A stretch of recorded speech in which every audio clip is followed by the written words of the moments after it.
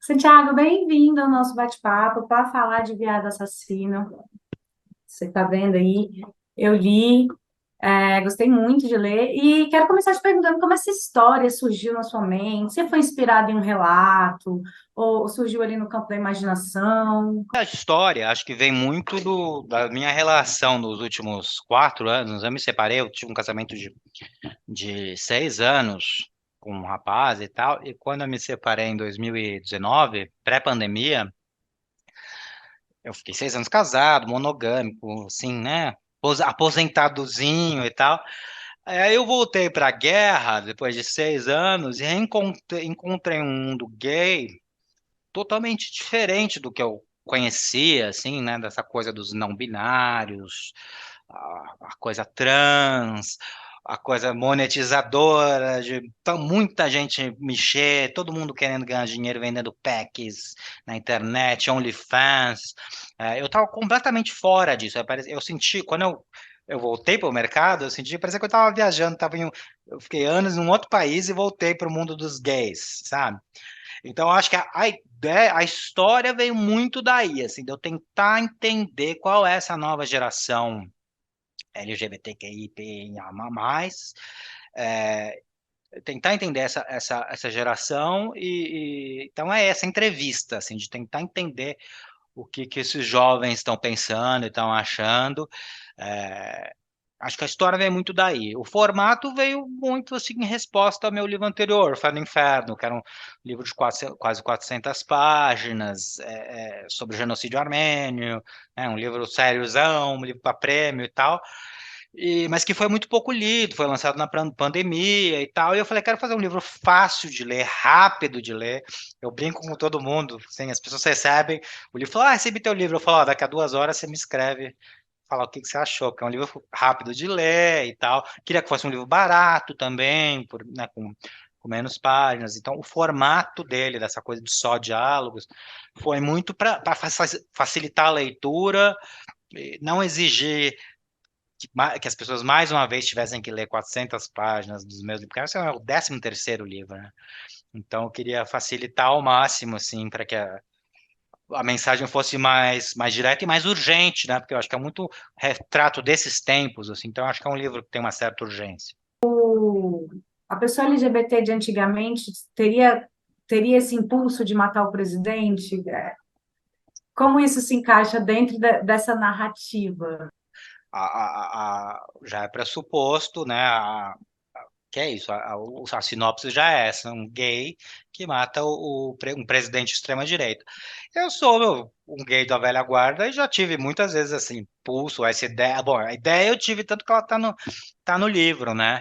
É, eu acho que sim, acho que talvez seja um impulso mais da velha guarda do que da nova, assim, acho que talvez a nova se conforme mais fácil, não sei, eu acho que tem um pouco isso até na sinopse do livro, de ser uma geração que é muito combativa, que está sempre, né, cancelando o outro, enfrentando e tal, mas que não sabe muito o que defender, a parte do que realmente acredita, ela sabe o que não acredita e o que deve ser condenado, mas não tanto o que acredita. Tanto que não é um livro de forma alguma militante de esquerda, né? Lula lá. Eu acho que é um livro mais nihilista e anarquista do que qualquer coisa. Tanto que ele foi um livro já pensado para uma outra situação, se o PT tivesse ganho, né, se a esquerda tivesse no poder. É um livro assim, um jogo, esta batalha está ganha, então a gente pode fazer uma certa autocrítica, um certo exame do que esse lado pensa, né? Os LGBTQIA+.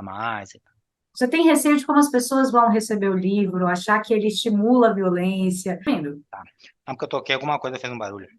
É, eu não tenho medo, não. Eu já tive medo muitas vezes, assim, de lançar livro que tem algo, sei lá, tema de incesto. E, puta, como as pessoas vão receber isso? Tantas vezes que eu tive medo de como as pessoas vão receber isso. E você, em literatura brasileira contemporânea, você está falando tanto com uma bolha. que nunca chega, assim, nunca. O meu livro anterior era um livro sobre o genocídio armênio. Eu não escutei um A de um turco, sabe? De os turcos falando, não, não foi assim que aconteceu. Não escutei isso. Então, acho que o livro fala muito para certa bolha. Um livro como Veado Assassino, ele vai ser muito lido por LGBTs, QIAPNA+, né? Então, é, por isso que também não dá para. Eu acho que ele não tem essa função panfletária, porque eu não vou ficar pregando para os convertidos, falando, né, temos que derrotar a direita, não sei o quê. Então, não é essa a mensagem do livro. Porque eu acho que é isso, a gente já está falando com uma bolha, a gente já está pregando para os convertidos, então eu acho que dá para ser um pouco de provocação, pode fazer um pouco de provocação, pode ser provocador, pode tratar com certa ironia, porque a gente está, né, falando já com um público especializado. Eu acho que a editora, a companhia, teve mais medo do que eu nessas questões. É, eu nunca tinha passado por isso, eu tinha passado um pouco por isso em livro infantil, infanto-juvenil, que tem essa coisa do conselho dos professores, né, e dos conselhos dos pais, pais de alunos e tal. Já tive livros que passaram por isso, e já tive livros, inclusive infantis que foram vetados por causa disso. Mas em literatura adulta, eu nunca tinha tido isso que eu tive dessa vez na companhia, de passar por advogado, de passar por leitores sensíveis, tanto de um lado quanto de outro. Ah, isso aqui, o que você acha? Foi uma mediação, assim, bem ferrenha com eles para o livro sair como eu quero. Eu acredito totalmente no livro como ele saiu. Não acho que a editora comprometeu o livro de forma alguma, mas teve muita coisa que teve que ser negociada, assim, de que, olha, isso aqui isso aqui é melhor você colocar assim. Eu falo, não, assim não, então vamos para o meio termo. Várias questões. Então, acho que é uma preocupação mais deles e sua do que minha, assim, sabe? Eu sempre acho que a literatura tem um alcance muito restrito, né? Eu falo a questão, eu lembro sempre daquele caso da Bienal do Rio. Inclusive, eu estava falando dessa Bienal agora aqui, com a Tamires, aquela Bienal do Rio que teve uns quadrinhos dos Vingadores, que o Crivella queria proibir e tal. Eu sempre uso esse exemplo. Tava numa época que ainda está um pouco, uma enxurrada de livros infantos juvenis, gays, né, de infantos juvenis, Boy Meets Boy, né, depois teve Horror Stop. Tava numa época que tinha muito livro, assim, eu traduzi vários e tal. Só que o que chamou a atenção do Crivella para proibir uma história em quadrinhos, você tem que literalmente desenhar para causar um problema, entendeu? Para isso, causar um problema. Então, eu tenho muito essa visão, assim, de que a gente está falando com uma bolha, então a gente pode ser mais irônico, pode ser mais profundo, a gente não precisa ser panfletário e levantar a bandeira do que eu acredito, do que eu acho, porque a gente já está falando com gente que tem mais ou menos a mesma, né? Quem vai ler um viado assassino são os viados, os heróis viados e tal. Então eu não me preocupo muito com isso, mas o livro ainda nem saiu, então não sei. De repente eu me surpreendo. É, por um lado vai ser bom de eu achar que eu saber como a literatura pode ir além de uma bolha que eu acho que ela alcança. Você mencionou em algum momento que Viado Assassino é um pouco de uma síntese também dos 4 anos que você viveu, dos seus últimos 4 anos, que foi um período de domínio do extrema-direita no Brasil e que já tem sido retratado em outras obras. Você está como exemplo os outros do Globoplay, que eu acho que fala um pouco sobre como a gente está dodói mesmo e não consegue dialogar, né? Como uma briga de condomínio pode virar um filme de terror, ainda mais se houver aí ideologias envolvidas. Por que que esse período de extrema-direita, de polarização, tem sido tão abordado pela literatura, pela música, as artes em geral?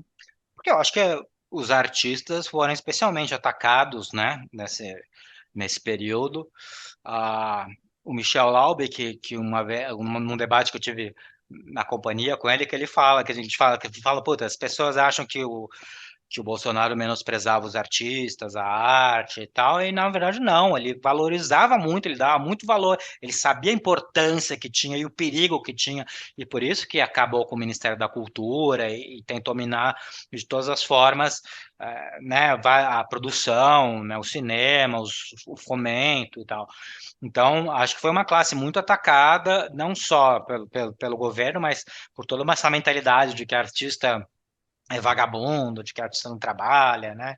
Sei lá, como puta, ator da Globo, ator da Globo, meu, o cara trabalha fim de semana, feriado, gravando novela, as pessoas acham que a pessoa é vagabunda porque ela tá interpretando o mocinho da novela, quer dizer, criou essa visão dos artistas ao mesmo tempo que o povo estava tudo na pandemia trancado em casa, consumindo filmes, doidado, Netflix, baixando música e até a venda de livros aumentou. Então acho que teve esse choque assim, né, dos artistas serem muito perseguidos e muito tentaram abafar muito a arte, a produção cultural. Então acho que é uma resposta e é natural, por exemplo, Porque que isso. também tem a coisa de ser um período que se aproxima muito das distopias que a gente está acostumado a ler ou assistir. Porque quando a gente coloca mais ou menos o que, né, a forma como o governo encarou, por exemplo, a luta racial nos últimos 4 anos e assiste medida provisória, a gente meio que leva um choque entre o que que é realidade e o que que é distopia, né? Você acha que também vai por aí? Acho, e eu acho que todos esses a gente está ainda sentindo esses desdobramentos, né? Essa questão dos incels, por exemplo, que tem no livro, os massacres na escola, são muito resultado de todo um pensamento armamentista e, né, militarizado, que né, da violência, de responder com bala, quer dizer, essas coisas que estão acontecendo ainda agora, nos últimos meses, eu acho que é muito uma resposta de toda uma mentalidade que estava no poder, assim, de várias formas, né? Isso cria distopias. Acho que o termo distopia é, é muito é muito relativo, é uma distopia para alguns, porque para a gente, ou pelo menos para mim, eu não te conheço bem, mas Pessoas parecia LGBT. absurdo, por exemplo, que um presidente como Bolsonaro pudesse ser eleito, as pessoas pudessem levar isso a sério. Isso, sei lá, em 2014, 2015, quando ele começou a aparecer, as pessoas achavam, ele era meio piada, né? Ele aparecia nos programas de televisão meio como uma piada, o tiozão do pavê louco. Aí a gente começou a perceber que as pessoas que tinham grande parte da sua população brasileira, 50% que seja, pelo menos, que concordava com aquilo, que achava aquilo. Então, essa é a distopia, assim, é o choque de realidade, né? De ver que o mundo não é só esse mundo progressista que a gente está vivendo, nós, os gays, por exemplo, né? Que com as leis que foram sendo aprovadas nos últimos anos, primeiro o casamento, depois, né, as leis anti-homofobia. Ao mesmo tempo que a gente vive nesse mundo e tal, e eu que moro aqui em São Paulo, né, região nobre de São Paulo, a gente vê que o mundo é muito mais que isso, e também não só isso, que não é uma bolha só regional, né?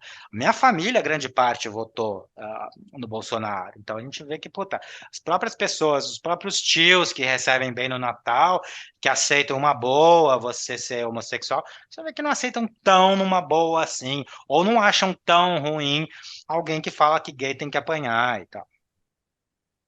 Você falou aí que seus últimos 4 anos foram meio que conturbados aí por causa desse momento, desse cenário que a gente vive. A gente pode esperar mais sobre esse período em obras futuras suas?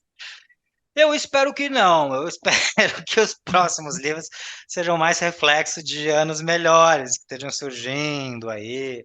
Ah, eu acho que o Fé no Inferno já tinha muito isso. O Fé no Inferno, né, que é meu romance anterior, ele fazia um paralelo da perseguição dos armênios durante a Primeira Guerra Mundial, com minorias sendo perseguidas nos tempos atuais do Brasil. Tanto minorias étnicas, indígenas, né, que os armênios eram os nativos daquela região, assim como os indígenas são os nativos do Brasil, quanto minorias de homossexuais. Então faz esse paralelo, né?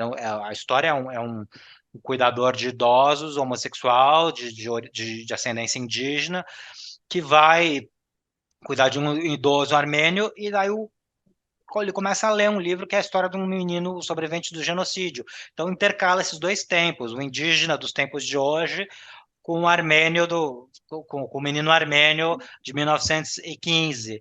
Então eu faço esse paralelo, assim, o indígena lá tá lá na casa dos jardins trabalhando com velho, ele sai da casa, a polícia para, ô, o que que você está fazendo nessa casa aí? Que é um menino pardo, né, que tá lá no Jardim Europa, tal. Então, esse livro já, o Fé no Inferno já era um livro muito reflexo dos tempos que a gente estava vivendo, e era um reflexo talvez mais militante, mais engajado e mais pró-esquerda, e falar, olha como as minorias são perseguidas, tal. O Viado Assassino, de forma alguma, é um livro que o personagem não é totalmente heróico, né? Eu espero que o leitor forme a visão dele se o personagem é uma vítima, é um herói, é um terrorista, mas é um livro que já é menos panfletário, menos engajado, é um livro que já acho que Traz ali, possibilita, né, pontos para serem possibilita analisados, diferentes, críticas. possibilita críticas e diferentes visões, porque é isso, porque é um livro já pensado assim, puta, esse período passou e o que que ficou disso, né? Tanto na direita quanto na esquerda. O que que ficou desse período? Foi um livro muito pensado já para outro governo e tal.